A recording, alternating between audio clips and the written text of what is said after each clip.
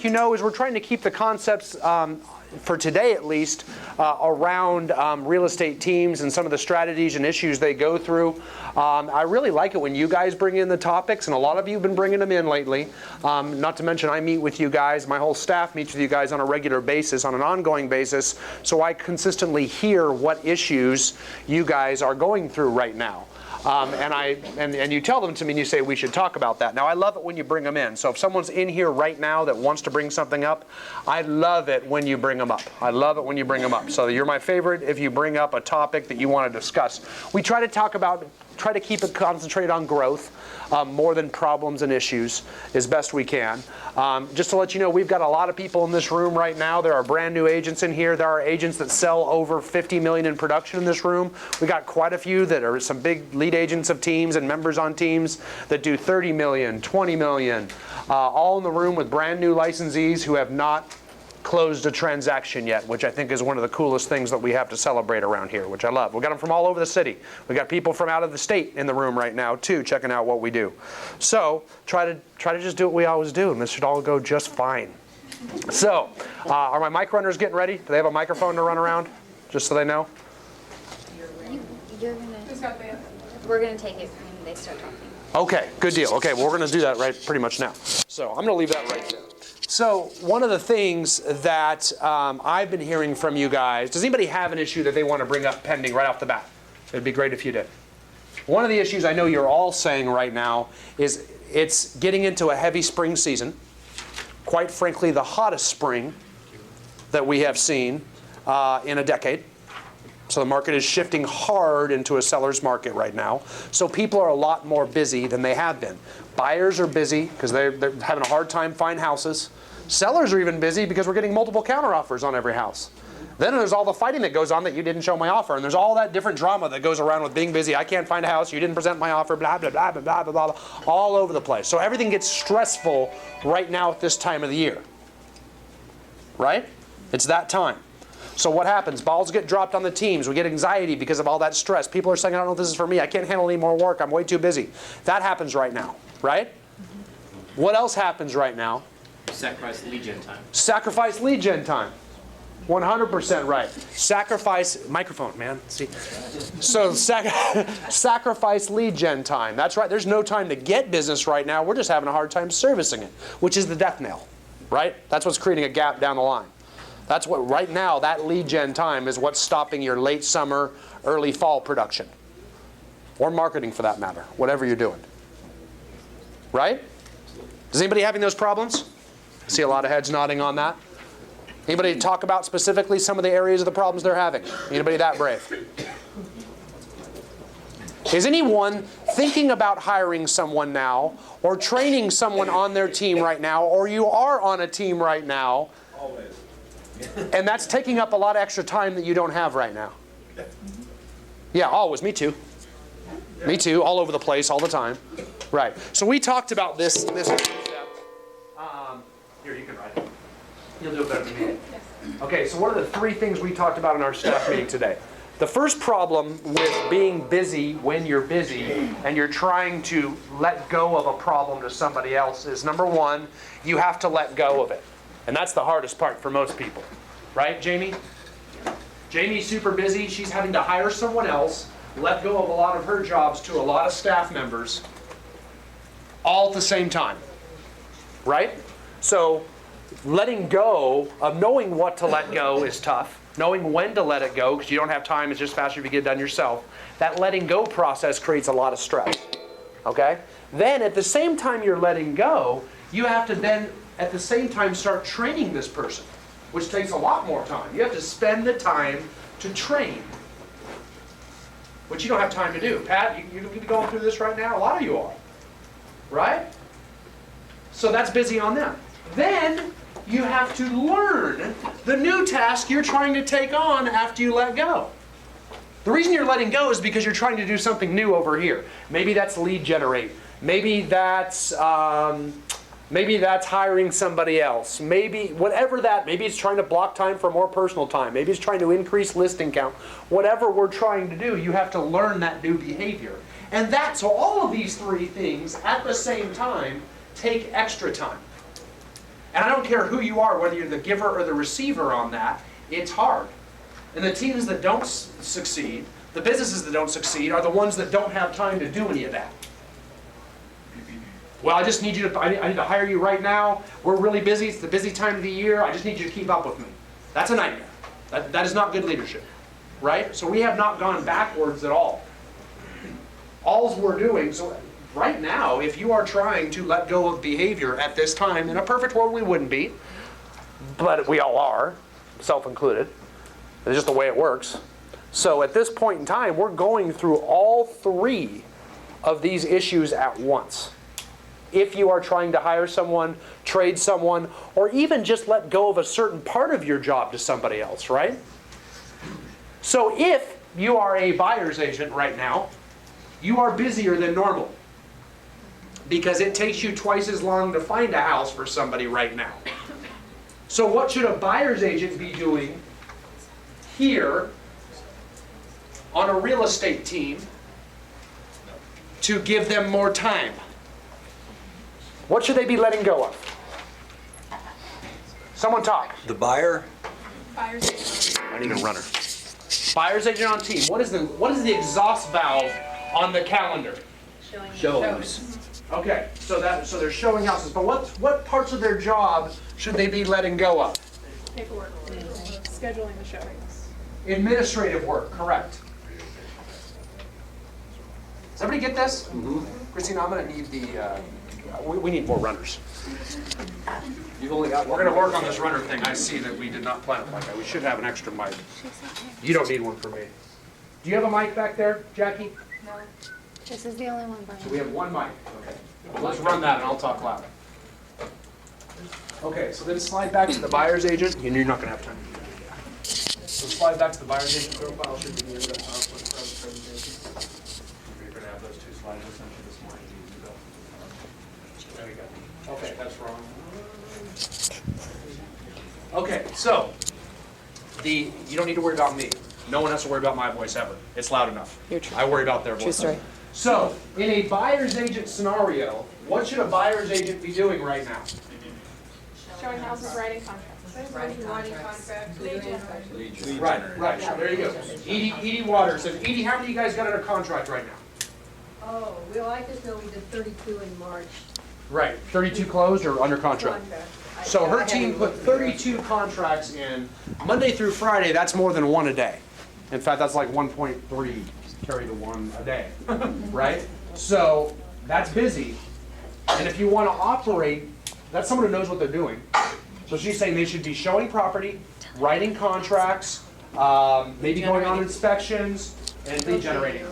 And lead generating. I would argue you don't need a lot of inspections. And yeah, and there are people that have the administrative side go on vacation inspections, or the inspector handles those on their own. Right. So got it. So can we agree on lead generating, showing property, and negotiating contracts? I'll agree on that. If we can get the buyer's agent to just doing those three and letting go of all the administrative stuff, we can actually sell a lot more real estate. Right? But if you're having them doing too much of the transaction and too much of the processing, we're going to hit a time trap. And what happens with the time trap? I need to make more money, but I need to be a good wife or husband or have time with my kids too. And typically in that time, people No are like going to on show Edie. the properties She was and they're talking. going to write the contracts and negotiate the contracts, but they're going to let go of the lead generation because that's what people aren't counting on you for, even though your family is. Right. So you guys with me on that? See, when we get stressed out, we just complain about being stressed out. You are running into a time trap at that point in time. There is something you can do about it, always in business, or you are in a bad business model that we need to adjust. You can always let go. It's hard because you have to do all three of those things at once. But once you let go, you break through and get to that new level. Does this make sense? Everybody got this? It's crucial.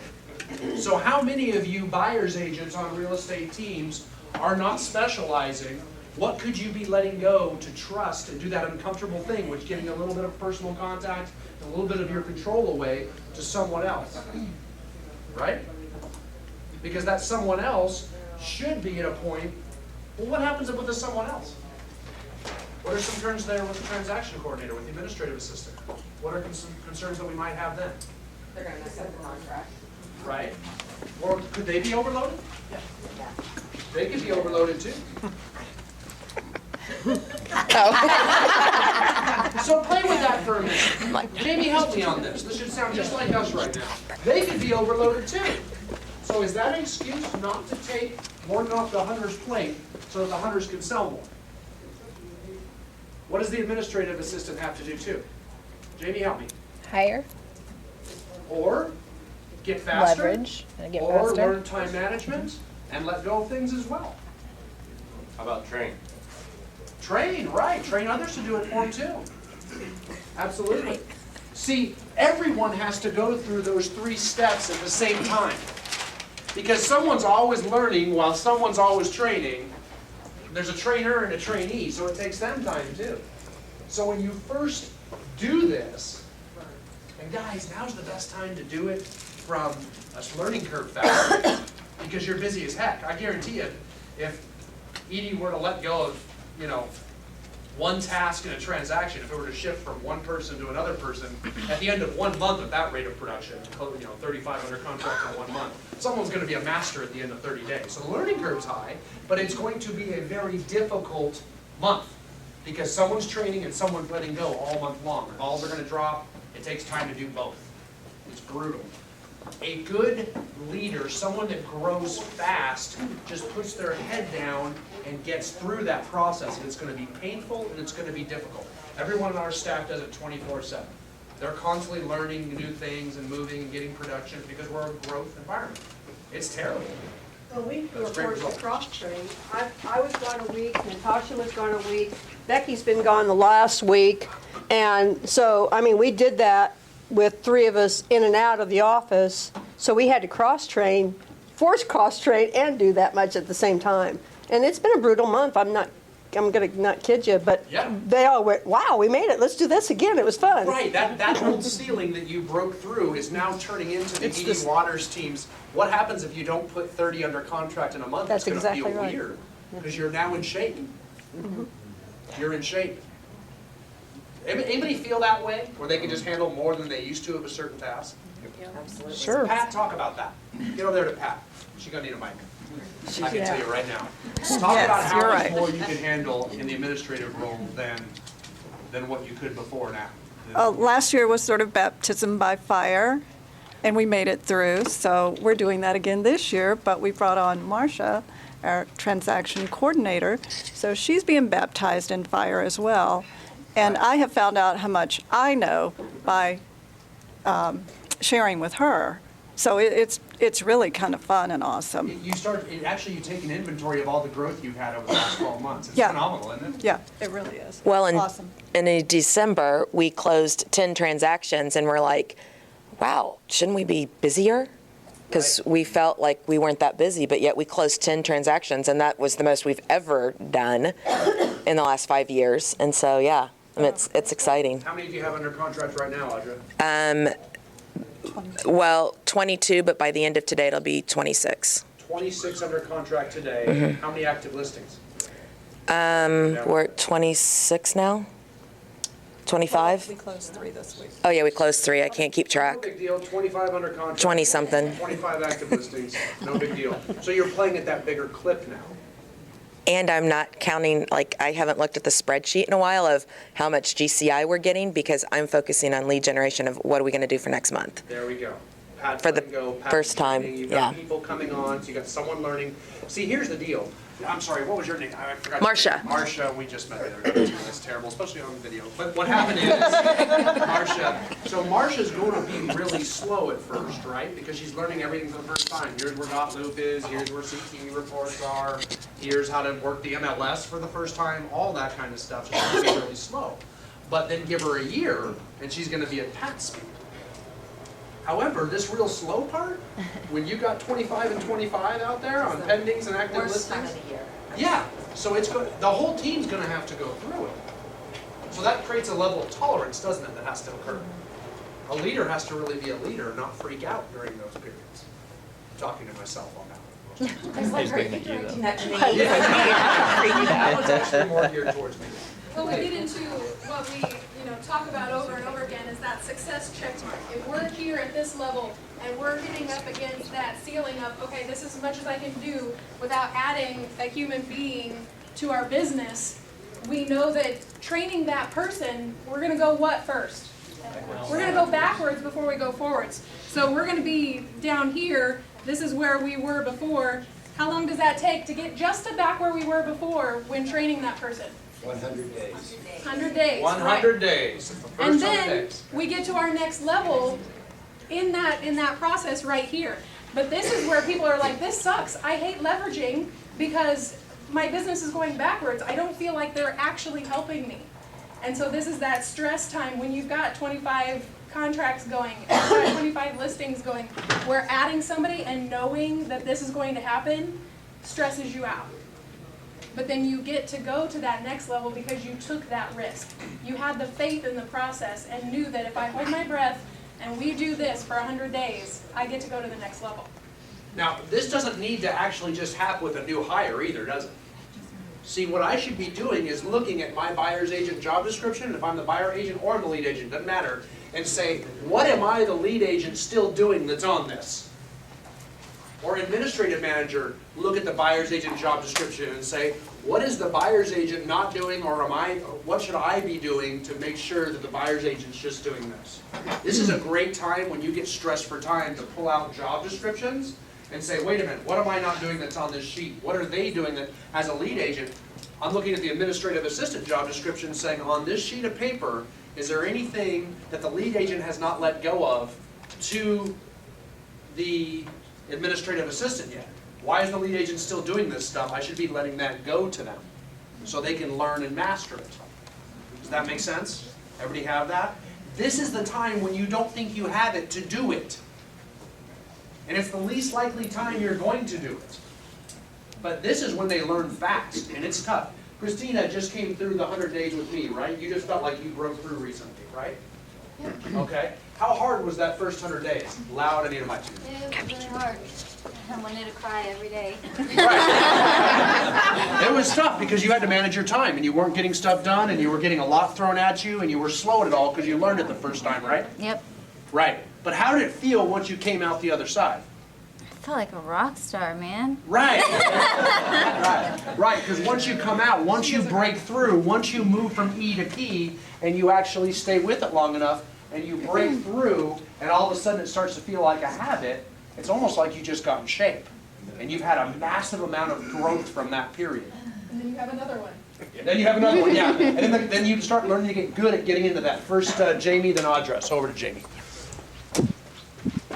Jamie's going first. Right. Yeah. So I like to keep a running list of everything that I would like to leverage. And that obviously is a running list. I keep adding things to it. And then in bold, they have a growth plan that's awesome. It goes per month, and I put one item to leverage each month. And if I have it written down, I'm going to do it. I'm going to get rid of it. So I suggest doing that too. Write it down. Write it down and have a goal to force yourself to uncomfortably let go. And it helps you focus on what, because you have this list of things that you need to leverage. I don't want to do anymore. I can't do anymore to get to the next level. So focusing on that one thing in a month, you know you need to train to that. Train as many people as you can so you can let go of it. You know what I do that's similar to that is I actually do it I like yours better actually. But what I'll do is I'll go back. I keep everything I do in my calendar. And I'll go back and look at my week and see what did I do in there that's not in my job description. How can I get that to somebody else? Or manage it better. From the growth plan, you need to then put it in your calendar, yes. But I Yeah. think that you should have that one sheet that you have each month, one thing written in you want to get rid of. And that's 12 things right there in a year. You can put more. Pretty huge, yeah. Yeah, That so is pretty huge. then You take might it from go your growth 12,000 plan, a year. break it down into your calendar. Every day, what are you going to do to get rid of that one thing that month? That's real good. It's like 411. Yeah, it is like a 411 where we have one big thing we're going to let go of. We're going to break it down into 1 month, let go of 4 things. So one thing each week all the way through. Yeah. That's a great way to do it. That's a great one. Audra, for you? I don't need a mic, I can talk loud. The check mark thing has been huge for me. Number one, coming over to Keller Williams from leaving the company where I was, and just, oh my God, it was so hard the first 90 days, and then boom, I swear that 90th day, it hit. When Pat came on, She was afraid I was going to fire her, and I was afraid she was going to quit. The first 90 days were miserable. They were. Computer problems, this. Huh? Did they put you in the hospital? That was hiring her that put me in the hospital. The anxiety of, oh my God, I have to do enough business to pay for someone. But I would like to proudly say that when we hired Marsha, I did not go in the hospital. I was like, woohoo, I hired someone. Okay, now what's next? So it was no big deal. And it was very exciting to add that person on. But I've already told Marsha and even Beth, she's a new buyer's agent on our team, it's the check mark. The first 90 days, you got to just keep focusing on that. It's not going to be And fun. don't react a lot during those first 90 days. Don't assess the person you're working with, because people are just going to be terrible in that period. Yeah. Literally, if I were to assess how Christina was doing 30 days in with certain things that she was taking on, it wouldn't have been super hot. But I got to have faith that over time she's going to be at a point where now we can assess the situation. Right? And that's what we do when we get panicked. We start judging and we start assessing long before we've had time to get through that check mark. So that part of it is just not reacting and just trying to kind of slowly even withhold response at all and just give them time to struggle and fail forward, because that's the only way we're going to get that growth, is by failing forward into it. So we have to kind of wait through that and be real patient right now. We have to be patient with hiring right now, right? Even for a D? Yes. You want us to be patient? I do. I It's do. counterintuitive because you actually want them to make mistakes. You want them to like blow it big time, because then they actually go through this a little bit faster. When you create that environment where I want you to fail, I want you to learn how to do this, and they know that they can come to you and say, hey, I really screwed this up, what do I do to make it better? Creating that environment for them. Jamie, you're hiring right now, right? And Jamie runs one of the biggest teams in the whole area, right? Just everybody knows that, like Jamie's a baller, right? She's got all these people that work for her. Yeah, she closes like 300 transactions a month, her team does. So she runs this really big team of staff that's constantly growing, and then everybody wants our people because they're so awesome, so she loses them all the time, right? Because they get promotions and go to other places in the company. So she's constantly having to replace and hire and train, but you don't hire hasty, do you? Nope. Nope. No, Nope. but you have to hire urgently at the same time, don't you? Yes, so I How have do you do to that? tie a date, a goal by which I want to hire somebody, and give enough time to hire the amount of people I need to interview, which is like 25 at least, probably. And then have time to interview that person 3 times and do a disc validation. So it has to be a reasonable amount of time. But yet we know that we need to hire by the 2nd week of April, so. So you set a time. Yep. So the focus is not on getting some person hired. The focus is on how many interviews can I have. Sound familiar? What am I talking about? And what book am I talking about? 4 disciplines, right? I'm focusing on the lead measure. Does everybody see that? If the lead measure is how many interviews can I have? Because we know if you have a lot of interviews, you'll be thorough and get enough candidates in front of you. The focus is not on getting one person hired, because that's the lag measure. If we focus on the lag measure of getting one person hired, what are we going to do? I love you, you're the best, we really get along, I'm happy we like going to 54th Street together. You're going to be super because I need you right freaking now. Wouldn't it be great if you just were my perfect fit? Then I'm going to go to bed and say, yeah, I think he's really awesome too. Then I'm going to go to the most agreeable person in the world and say, don't you think he's awesome? Recruit select process is awesome. You're hired next day by noon. That is done because I focused on the lag measure. If I focus on the lead measure, my goal is, okay, now I'm going to hurry and hire. I'm going to interview 5 people a week. If I interview 5 new people a week, I'm going to get enough options that I'll still have urgency and I'll still be panicked about it and I'll still want to get in front of a lot of people, but it's going to force me to be thorough at the same time. So then we have an end goal, so I don't just keep interviewing random people for the next 4 months of my life, but I'm going to get enough categories. That way I know I'll get to the decision. When I hire someone and I'm deciding between 2 people, I know I've been thorough. But if it's just one candidate, I've got a problem. I don't know that I've been thorough. I want to have a plan A, B, and C, and it's tough for me to decide. That's when I know that I should be hiring a buyer's agent. Jordan. When just starting out building your team, do you recommend? I'll take that. Do you recommend hiring your first hire based on volume of production or units of production? Because it's easy for somebody to say, hey gosh, I'm overwhelmed with this one $5 million listing that I have, or should I be focusing on 10, 20 units So when to we make my hire, first hire? Now, so when we hire, 6 million's the MREA model.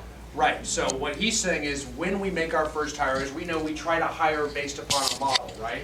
When should you hire, right? Page 157, in the Millionaire Real Estate Agent lines out the amounts of production and GCI you should make, when you should make your first hire. And that's different for everybody. Different for everybody. You have different types of businesses, you have different bandwidths. This is trying to put together a general model, so don't think you have to adhere to it. But if you are adhering to it, pretty sure you're safe. You know what I mean? It's a safe way to go. And if you take a look up here, what he's referring to, Jordan just said it, the model is 6 million is when the book says, I will now not have time to lead generate anymore, so I better hire someone if I want to continue to grow my business and maintain a balanced lifestyle. Does that make sense? Because if you start going too far past 6 million, you will start sacrificing friends, family, lifestyle, or lead generation. You're just not going to have time servicing all that business. Everybody make sense? His question was, how do we view that? And I agree, viewing it by amount of transactions. And understand, for those of you that are saying, I need to hire someone right now because I'm too busy, understand that if 6 million is about 40 transactions. Okay, so I do like translating that to transactions because you're right, you could sell one $3 million house double-ended and you're at 6 million, but guess what? You're not that busy to hire someone. So don't manipulate the model that way. I'd rather see a unit count because the amount of units is what drives the amount of work and the amount of time that actually justifies when you should hire. So I'll say 40, but it could be 30, it could be 50. I've seen people, Eric, you did like 110 on your own, I think, if I remember correctly. Is that right? Don't do that though. You don't like Eric. So the, yeah, Eric, how many Eric Craig, how many listings you got under contract right now? 20 something. Pretty high average price, I bet, on those two. 250 range. 250 range, about 20 of those under contract. How many active listings you got right now? 17, 32 upcoming. 17 and 32 coming soon. He's going to have a big year. Right, okay, so in that type of scenario, if you take a look at that, there are people in the room, and you held on, like I said, over 100 by yourself. Now, it wasn't necessarily the prettiest thing, you weren't the happiest. It was a mess. Right. He was sweet on every one of them, I bet. He was Eric's always sweet too. Yeah. This is good. So the question, I'm jam right now. Yeah. So what'll happen is this is a benchmark for you. A lot of you will say, I'm really busy. I've got 4 under contract, and I've got 6 listings right now, and I can't lead generate right now. Eric, what are you going to say to that? You just got to find the time. Yeah, you got to get better at it. You're still in the learning process. You're not efficient yet. You actually can probably handle more than that right now. It just tells me that I'm still slow at all the activities. I'm still learning how to be quick. There is some skill development out there I could learn to move things along faster, right? Like Ron said, you guys don't need to go on inspections, do you? No, think of how much time you get back if you didn't go on inspections if you are closing 20 a month. I mean, you're going to get a lot of time back. So how do I work that? How are they pulling that off? Does that make sense? And that's just one example that Ron happened to bring up. So Ron, where are you guys at right now? What's a good gaudy number we can talk about you guys? 24 under contract, but only 4 active. Yeah, and isn't that just that is the epitome of right now. Yeah, I know. 24 under contract and 4 active listings. Yeah. Just scraping by to find freaking listings. We're constantly trying to find time because you only have a finite piece of time every day. So we're always trying. So it's just, I don't think that it's necessary for a buyer's agent to, in my opinion, blow 3 hours of his day goofing around at the house during inspections. At best, show up for the last 15 minutes when they're covering the nitty-gritty items with the buyer. That's it. But in our case, I've used the same home inspector for years, and we have sat down and trained him how we want him to work. Right. not doing the inspection. Isn't that letting go too? Yeah, but just training him what to say Don't to our freak clients. my clients out. Yeah, say this, Here's how say you will not that. freak my clients out. And then when we repeat the same things the next day, then it sounds like it's very cohesive and it sounds professional. And there's this cohesion between all of my vendors and my team and the lender and the title company and everybody. We spend a lot of time Couldn't we? with that kind of thing. Couldn't we also have the same concept with a closer and attending closings? Yeah, I mean, we bring the closings to us. Right. Terry brings them to my office, There you go. so we don't have to go anywhere. I just pop in and say, hey. Right. And Dennis, tap I'm right everything there. looks good. Yeah, and we don't go out showing houses until our lender pre-approves them, because we don't have that time to waste. So I use the lender as one of our people making calls. Couldn't solo agents do both of these things too? Yeah, yeah. Just save more time. Yeah, Quicker. we say to the buyer and just say, I'm gonna have my lender call you, and we just stay, so I don't call the buyers so much as we stay on top of the lender to say, have you talked to him yet? Have you talked to him yet? Call him again. So couldn't a solution to this stress of the time that we're all having right now be mitigated by looking at our job descriptions and finding things like closings or inspections or all the other things that you may be doing that you secretly know you shouldn't and you're hiding from us all right now, and looking to see what I can shift?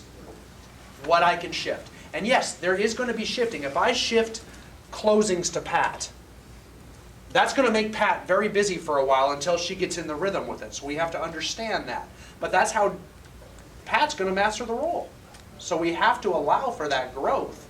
We have to allow for that opportunity, because here's why. In theory, if I give all the closings to Pat, okay, that's going to free me up to get more business, right? And that's going to make it so that Pat and I and everyone else can make more money. Because if we do not have that relationship, that transfer of duties always going, we are not growing our organization. So if you feel like I'm not going to give something to them because they're already overloaded, we have to find a way to actually do it. Or every link in the chain stalls the whole team's growth. So we have to perpetually be doing that. We have to be perpetually learning and letting go, finding more time and letting go. A good, healthy growth environment always creates that uncomfortable activity, at least in a part of the job. A lead agent should always be trying to take on more, making more rain, or growing the team with other people and hiring, or it's to some degree, and always letting more of job description, because if you don't do that, I can tell you right now, the inverse attitude is going to start happening with your team. It's called stagnation. And when you're not growing, you're not happy eventually. And that gets frustrating, that leads to burnout, that leads to no excitement, no motivation, and very low accountability. Crucial. Crucial, crucial, crucial. Did you have anything you want to throw in on now? Did anybody have anything? Did I miss any hands? The bandwidth of when you add new activities, the money expanded can never retract. So by giving them their growth opportunities, and you really have to know your team. What are they looking for? What is their passion? How does their vision fit into your big vision, and help them down that path? They'll want to grow with you. No one has any question or comments or instances where they're going through this right now? That surprises me, because I sure talked to a lot of you. Aaron. I'd like to add something. You know, we talk a lot about context here and choosing, how you're going to respond to these situations, and we're discussing openly that you're going to be stressed. We're growing, and we're shooting towards an outcome that we desire. The body has the same response physiologically to anxiety as it does to excitement. So while you're going through this, I just encourage you to choose excitement and embrace the change. Andrea, I'll reiterate what you said. Huge. People are going to fail, and we encourage that because those are opportunities. You got to change and that is huge, Aaron. Thank you. This is all about a mindset, in which all starts with the decision you make. Like, I believe right now at this point in time, Jackie, Christina, Jamie, we all want to take on more uncomfortable activity. I believe that every one of my staff at this point in time wants to change his statement. Everybody wants to take on more responsibility, which in theory means they want to get uncomfortable, they want to do things they want to fail at, they want to do things that they're going to drop balls at, they're going to want to get busier than they are, which means squeeze more work into the day. For oftentimes right now is the same amount of income. with the hopes that it's going to happen later. And if that's your vision, which needs to be at least a part of your vision, if the idea is to grow, everybody needs to be bought into that mission, self-included. Everyone needs to be bought into that mission. So a mindset, that changes your mindset. That's painting that vision, painting that growth, so that everyone buys into that. Because we're going to have to constantly remind them. I'm going to need to be constantly reminded that there will be days I work higher. Audra over here. The other thing that has helped me is really honing in on DISC. Yeah, I can talk loud, definitely. Is just rereading my DISC on how my behavior is when I'm stressed and come to realize, don't be that person. And even like reading the DISCs of all of the people on my team when we're stressed. We had an instance where I was so mad I typed this email because I'm very quick to anger, blew it out of proportion. And I talked to Pat, I talked to this, I deleted the email. I felt much better after typing it, but then I came to the person on the team and said, let's both learn from this, realizing that this person is a completely different DISC. A sense of urgency is not a sense of urgency to their behavior, which is okay. That's why they're on my team, because I need them to calm me down. Let's look at this, let's look at that. But just go back and reread the DISCs when you're stressed and stuff like that. Learn your weaknesses and strengths. Over to Jamie, then over to Caleb. I agree. That is an amazing comment, and that is very true, because Jamie's about to probably light me up right now because of that. No, I just wanted to also remind everybody to be very careful in the recruit select process to hire that person that does have a growth mindset. Interview them enough, because if you hire somebody that is not okay with growing and with change, it's bad. Isn't that a big part of your interview process, is to make sure that they are going to be willing to get uncomfortable and grow perpetually? Right, and you listen for that. What phrases do those interviewees use that you know they are growth? I think it comes from their life story more. I'm beginning to do more interviews than I've ever done, so I'm learning those words and phrases. In their life story, if it's always, you can hear the victim talk through their life story. It's always somebody else's fault. Why did they leave each job? Yeah. When you're going back through their whole history in a life story question. Why did they leave each job? Were they getting into new areas, or were they always just doing what they could handle? A lot of times it's if it was always somebody else's fault and there's not a whole lot of accountability on themselves, is what I noticed. They blame the organization every time they left it. Yes. As opposed to wanting to seek out good things about the next organization they're going to. So they jump into new promotions, new responsibilities. Then I think there is some telling involved, where you have to explain that. How are you with getting into uncomfortable positions and fail? Well, I'll always say, what if I throw you up in front of a room of 30 people if I'm talking to an admin person? What if I put you up in a room in front of 30 people to an SC behavior, a very reserved behavior?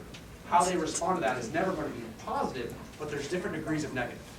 Well, I guess I could learn it. It'd be hard for me, but I guess I could learn it. Okay, I'm cool with that. Oh, no way.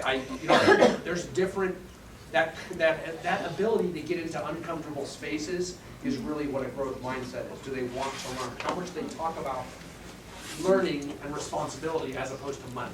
I think very solidified opinions when they speak kind of shows they're not flexible a lot of the times. Well, I will never do that, or I am not that person. I can't do that. A lot of absolutes. Right. I don't do that. I'm not good at that. I know this about myself. Yeah. Hell, you do. Right. You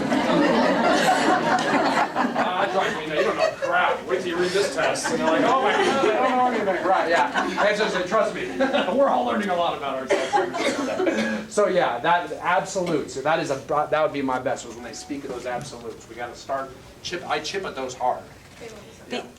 Oh, sorry, go over there. Oh yeah, Caleb's next, then Audra, then go back. Well, I was just going to say, my nice wife. Purple, Caleb. This looks Thanks, good. man. Go Cats. Yeah. Go Cats. That looks good.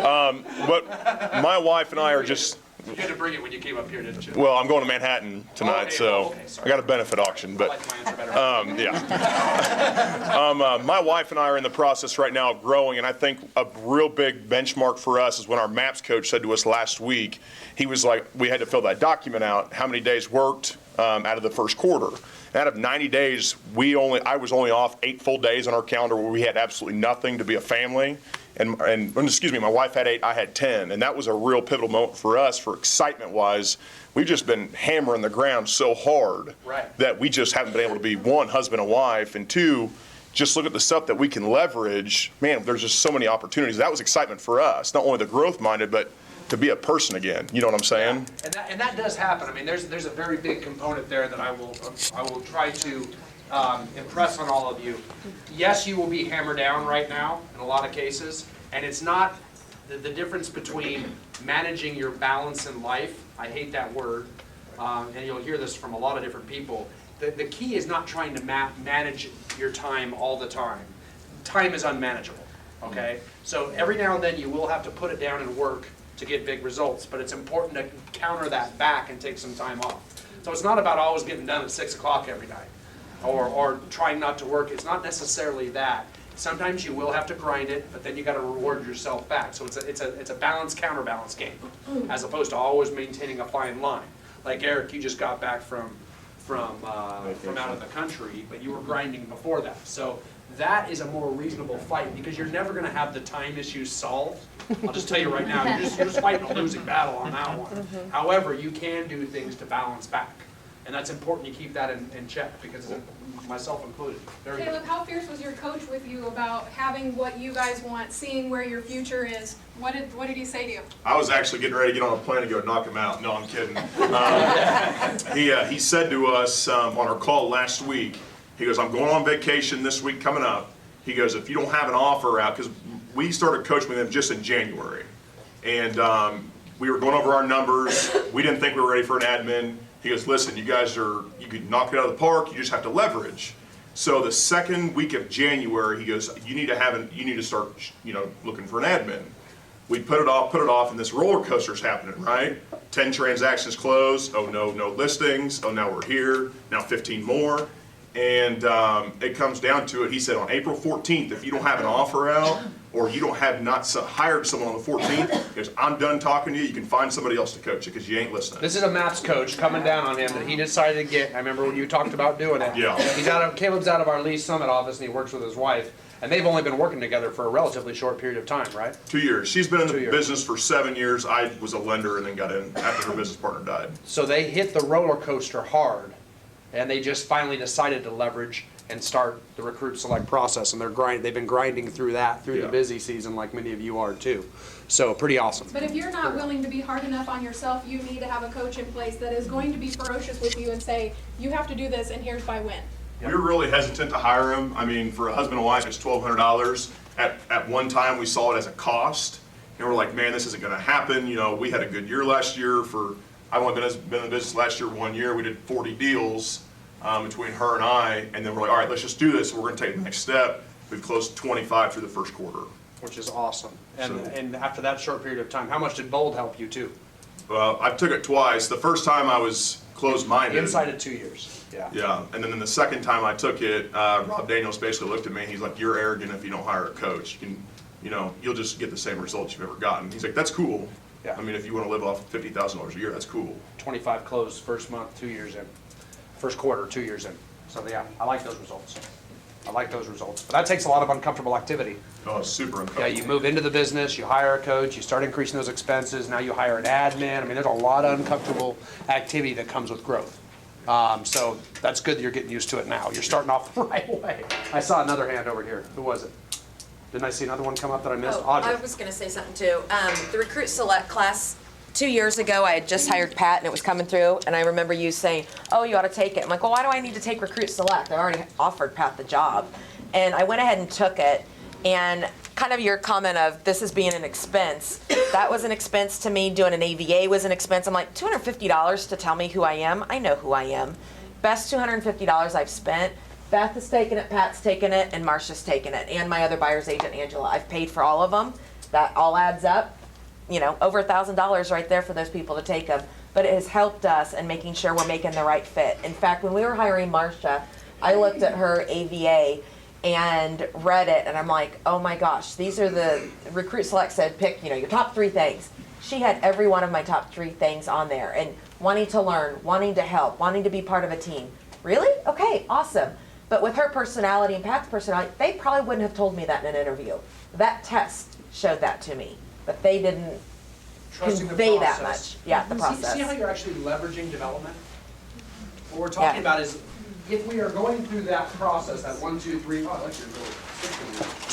Yeah, if we're going through this letting go, train, and learn new tech, whether that's hiring a new person or giving away some new jobs. Like if Eric were to give something to Jamie, there could be a few things, and I don't know this, but there could be a few tasks that Andrea or Eric still need to give to Jamie. Well, even though you're not getting a new person, you have a very trained, extremely high-level, talented person, this is still going to happen with that one aspect or duty that's being transferred. Does that make sense? So one of the ways you can save time here is to leverage the training too. And that also develops self-managed people that aren't totally dependent on you. Does that make sense? So you should refrain from trying to train someone all by yourself. Please understand this. This is crucial, because if you feel the need, just like with your clients, you can't let go of the duties and tasks that involve your clients because your clients need you, you're limiting yourself. You're limiting yourself. Understand your clients want the standards that you represent. They don't necessarily need you. And so do the people that you're training and bringing up in your organization. They will learn more if they learn from different people. They will also go to other people in the future for solutions that may be better suited to give them to you than you. So if I'm hiring Jackie as my admin, I'd be making a mistake. And number two, wrong behavioral fit. So if I were doing that, I would not want to be training Jackie, right? Wouldn't it be better if she learned from a Jamie or from an admin Masterminds or from Monica Reynolds' Perfect Assistance coaching class or from our classes in here on Dot Loop and eEdge, right? Or getting to know the other people in the office and that administrative assistance group that we have that's so awesome. All of those places where I'd want her to learn, because she's going to learn a lot more and she's going to learn faster and she's going to get more resources to go to than from just me. Does this make sense? It's going to develop her more, and her body of knowledge is going to be much better, so when she has to learn things in the future, she's already got the relationships and the sources, so she doesn't need to come to me. I'm the last guy you want to hear. If you want to learn about how to run the admin of this office, I really hope you don't come to me. I really do, because that would be a big mistake. That would be a big mistake, right? So I would be going to Jamie, right? And does Jamie train all the admin? Heck no, they cross-train. We heard the word cross-train all over the place, right? Cross-training is one of the most effective ways to do that, is people within the organization training each other how to do everything constantly. Because could Christina get sick? Yeah. Then someone's got to cover what she's doing, and they better know how to do it. Or could Christina get a promotion? Or could Christina move on? Or who knows? We've got to be able to fill all those voids. So cross-training, keeping that learning-based mentality, that growth mentality on the team is crucial to that development.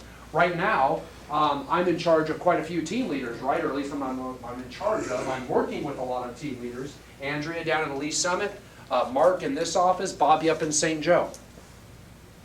Andrea, you getting a MAPS coach? Heck yeah. Who's paying for that? Your office, me, right? Because it's that important to me. Because I don't have training, I don't have the time or I'm willing to take the risk to not have her being coached by somebody else other than just me. Does that make sense? Jamie, you got a coach? Yeah. I bet your coaching conversations with your MAPS coach for an MCA are a lot more effective than mine are. Yeah. Right. I'm not stupid.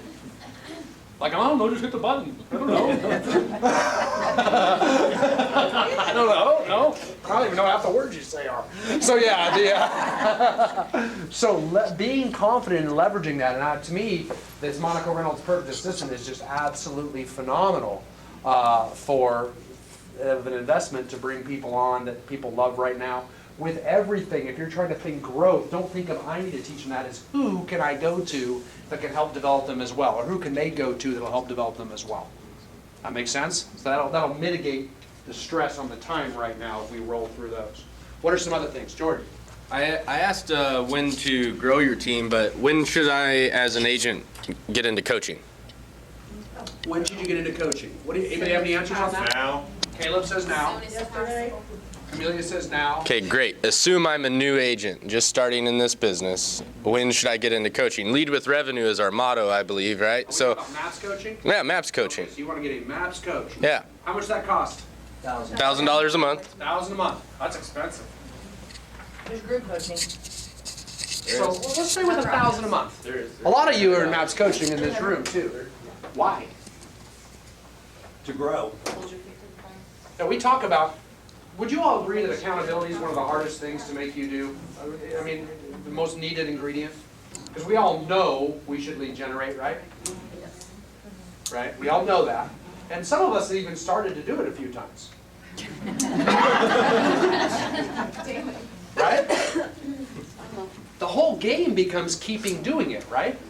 That's where the whole game comes, and that's the accountability. If you get in an environment, it's probably the most important reason people would join a real estate team, in my opinion, that goes the most underrated. They do it for the business or the leads or the admin support. It's really the most important part is the accountability. If that team can hold you accountable and keep you actually trying to get more business in spite of all the excuses we have. That to me is the most valuable reason to be on a team or to even have a team. Because having a team holds you really accountable or you're letting people starve. Right? So that accountability is the biggest piece. Why is it so crazy then to spend $1,000 a month to ensure that you hit your goals? $12,000 a year? Do the math. What is that, 3 transactions nowadays? Or 2. 2 or 3 transactions at our average price. If your coach can't make up that 2 or 3 transactions, then you have a really bad coaching relationship. Right? So it's actually not that crazy, it's just how important is growth to you. Even if you don't have the time to meet with one of our coaches in the office. That's crazy to me. I mean, there's no cost at all on that. But if you're too busy, well, would it be actually reasonable to have my buyer's agent go meet with Aaron for a little bit? Would that be crazy to have him go meet with one of our coaches? No, isn't that an easy way to keep leveraging to move forward? So, very good point. Well, and Jordan. I'd like to add to that and the fact that we have so many programs for a new agent that they should go through first before they think about spending $1,000 a month. True. Because they really need to get their foundation from Ignite and Bold and some of the basics. Yeah, it blows my mind not putting people through Bold and not making them go through Ignite. I mean, I think those are givens, and at least they should be. That's someone training them the right way to do everything. Going through our circle training where you're going through all the new licensee classes. I mean, you're not going to see anything like that. I would definitely get all my people through that and save yourself time. Well, what better way to spend your first 100 days? Yeah, just learning like mad. At the one time when you have the time to learn, right? At that beginning, that's the one time you don't have when you're brand new starting in a new position. You don't have 50 pending right now. That'd be a lot. Okay, does that make sense? That's the one time where you have a really low inbox. You can get in there and actually learn a lot. So take advantage of that right off the bat. I agree, 100%. Eric. So I can tell you personally that a real estate coach is huge. I just started in March, and I was. Why did you start? Why did you get a coach? Because you told me to. I inadvertently publicly humiliated. Yeah, he did actually. So, but like, anyone that's a top producer is going to have a coach, or you're a loser. Yeah. I was just in the back of the room there. And Chip Glennon was like, "Who's your coach?" And I was like, "I don't have one." And he's like, "What?" So I've had 2 calls, and already I wish I could go back 10 years ago and had done this because, you think you're so smart sometimes, and I'll throw myself in there. So, and somebody will put you in check, and you need that, and it's huge. It's huge. So it's the best money spent so far. Yeah. So definitely do it. I think Edie would probably agree with me on that. Oh, yeah, Brian shamed me into it too, basically, and I've had mine since last November, and I love the guy. I mean, he's about 2 steps ahead of me, and so it's really fun because I keep pushing him, and then he pushes back and gives me more shit. And I thought, oh, God, I gotta go over and do all this stuff. And so he's really fantastic. We mesh well. He sets goals, and not only that, he sets accountability for me. So when are you gonna have that done? Okay, I'll have it done in 2 weeks. No, I want it done next week. Well, I might stay up late. My call's on Thursday. I might stay up till midnight on Wednesday to get it done, but I get it done because I will not embarrass myself. My guy had me brush my teeth with my left hand. I'm right-handed for a week. Really? Yeah. And every time I did it with my right hand, I had to text him that I did it wrong. That's just twins and coaches. This is breaking me down, So.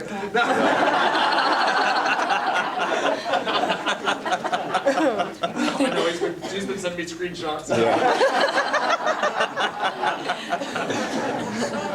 That's funny. No, that is awesome.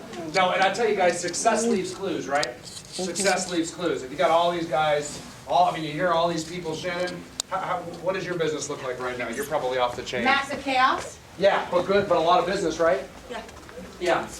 All these guys have coaches. Massive chaos. And all to balance Sorry. their lifestyle and continue to grow their income while keeping that balanced lifestyle. So just something you should think about. It's something that can work. Is at very least be with our coaching staff here. You know what I'm saying? I mean, get someone to hold you accountable because that's the key piece, especially right now when stuff just gets too busy. When stuff gets too busy, that's when we start cutting deals with ourselves and saying we don't have time to grow anymore. I guarantee you that is always the wrong answer. There is some better answer than that, whether it be letting go or reshifting or making new decisions with our time. Why? Because I know there's other people doing it. That's why. And I would say, I think my coach is part business coach, part therapist, part, because all of us, it's tough, right? You're Yeah. getting rejected, you're people pulling at you, so I have Friday morning coaching calls, and it's all, well, how can I help you? That's, I mean, in all of our calls, actually, we have a, what would Gary say, what would Gary do? So he pulls me back to the models all the time, because the creativity part, that entrepreneurial, Yeah. go, faster, faster, faster. Right. So I think the right coach is going to help you have a controlled business and a controlled life, because it's pretty hard to shut it off at 5 o'clock and not be thinking about all that stuff when your kids want dinner, right? Absolutely. So for me, it's the whole picture is worth $1,000 a month, easily. Excellent, excellent. Edie, to be a last one. I just want to give a shout out to Aaron and fill his bucket. He's coaching Kelly. And right now, I'm on a 3-on-3 call with Kelly in the mornings with Vicki, Kelly, now our team does that. And he says, I said something, he says, well, that's not what Aaron would say. And I said, you should be doing what Aaron says. Don't listen to it. I mean, and so she loves you, and her production is just skyrocketing. I don't know what you're saying, dude, but it's working. And thank you. And that Yeah. helps Edie out because she can actually leverage the development of her team to the rest of the office, to the rest of the coaching staff and everybody else in here. That's using the systems and tools available. I know it's uncomfortable because you want to train them with everything you want to do, but trust me, you're going to help them grow more by getting them to get the insights from other people as well. So guys, amazing job today. Let's go Royals. And please stick around because we've got some food coming in today as well too, and we'll get to selling some real